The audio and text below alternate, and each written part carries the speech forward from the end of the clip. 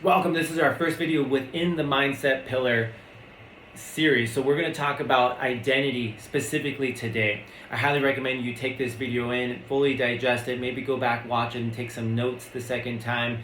And then go in and check out the other videos when you have time. Each one is a standalone video and they're going to offer its own components and things, different tools that are going to help resonate with some of you more than others on these different videos. So identity is a powerful one. I think we all can relate with this one. I'm going to start out with a very simple rule to follow that highlights what we're after today. So stop rule number one, stop letting your feelings dictate your actions.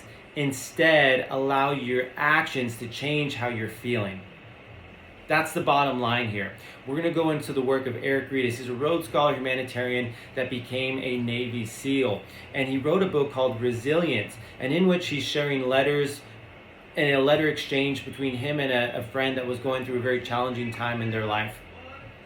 And he brings up this notion that people often allow their feelings to dictate their behaviors. So especially when they're in their most challenging times in their life, right? What are you doing? What have been past actions that you've gone through when you're feeling down, when you're feeling depressed, maybe when you're feeling anxious, maybe when you've had a hard day at work and you're feeling tired? What are your actions and behaviors that follow that? Think about that. Think about what that results in, and then how you feel after those behaviors. It's this bad loop that we get in. So how do we flip that? And how do we create this emotional stamina so when we are in our most challenging times, we can act as that best version of us? James Clear offers some great wisdom. He's the author of Atomic Habits. And he talks about focusing on, rather than the outcome that we want. So let's say I want to lose weight. Let's say I want to finish top 3 in an event that I'm going to be at. Or let's say I want to quit drinking alcohol.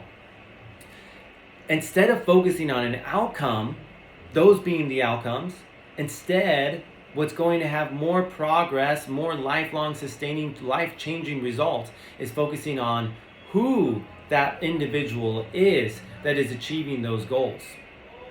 We're going to focus on the identity. When we look at the Greek origin or the root of identity, it literally means repeated beingness. So by thinking about what our habits or routines are, how we act when times are tough, it creates an identity.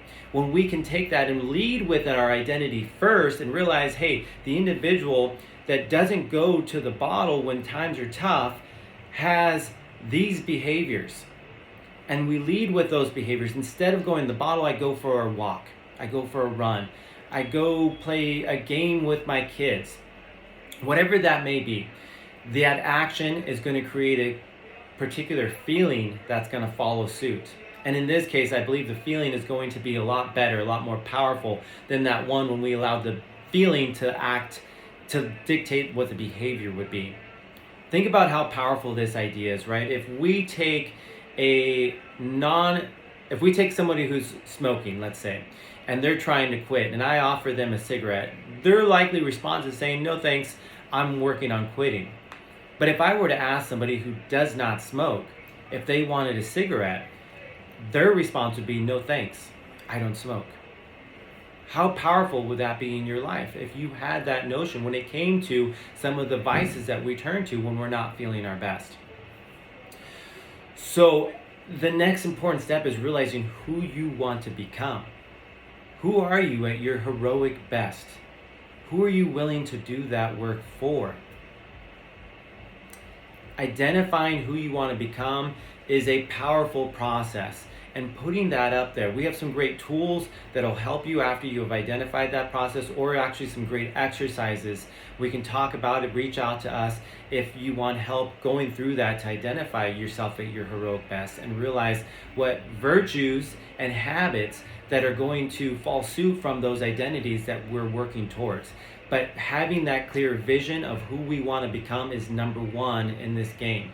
Then we can follow up with the virtues and the habits and have a very clear perspective of what we need to get done on a daily basis. Because remember, that best version of you did not achieve that status overnight.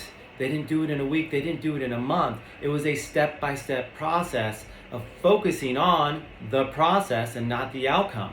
focusing on the habits, the routines that we're going to start to adopt. So what are some of those habits and routines that we would want to set as clear targets for us to hit every single day? The Heroic app is a great place to help you focus in on this, something you can do on your own, or again, reach out to the coaches. We can help create accountability. We can help you create this clear path of between where you are now and where you want to be, and how we connect that, how we create the habits and the guidelines to help you get to what's important to you. So let's do a quick recap of what we talked about here in this identity category. Some of the key points. Number one, we're flipping the feeling, behavior, and identity notion over. And we're going to allow ourselves to act as if we are that best version of us, right? Fake it till you make it. It literally is so important here. If you want to be a great leader, you want to be a healthy individual, act as if you are one. And then the feelings that from those processes that you're creating will come, and they're going to feel pretty darn good. Pretty satisfying when you're doing those things, especially when things are harder. I mean, honestly, I think the best feeling is when I didn't want to work out that day, but I stayed disciplined. I know what my goal is and I know who I am. So despite how I'm feeling, I'm going to show up and I'm going to get through that work. And again, the reward is always, I think, that much sweeter when I didn't want to do it that day and I accomplish it. So we're going to identity, behavior, feeling. Okay, if you didn't already, we're going to write that down. We're going to make sure that sticks to that process. And so we're going to focus on who we want to become and identify the clear targets, the habits, those routines that we have when we're acting as that best version of us. And overall, the goal here is not to have 0 bad days. It's just not possible. But instead to fall back to our processes that we've identified here, we just talked about that, to fall back to those routines and those processes when we're most challenged. And that's going to create a life where your highs are higher and your lows will be higher too. So that wraps up our course on identity. Like I said, I would recommend going back, watching this again, taking some notes, what really resonated with you here. If you watch this, I would appreciate you letting me know. I know these videos, then I know how valuable these videos are, and I will continue to build more of these. You've got some great resources from Darren as well, with some more of those micro tools and even big picture ideas that you can follow that up in your My Studio Video app.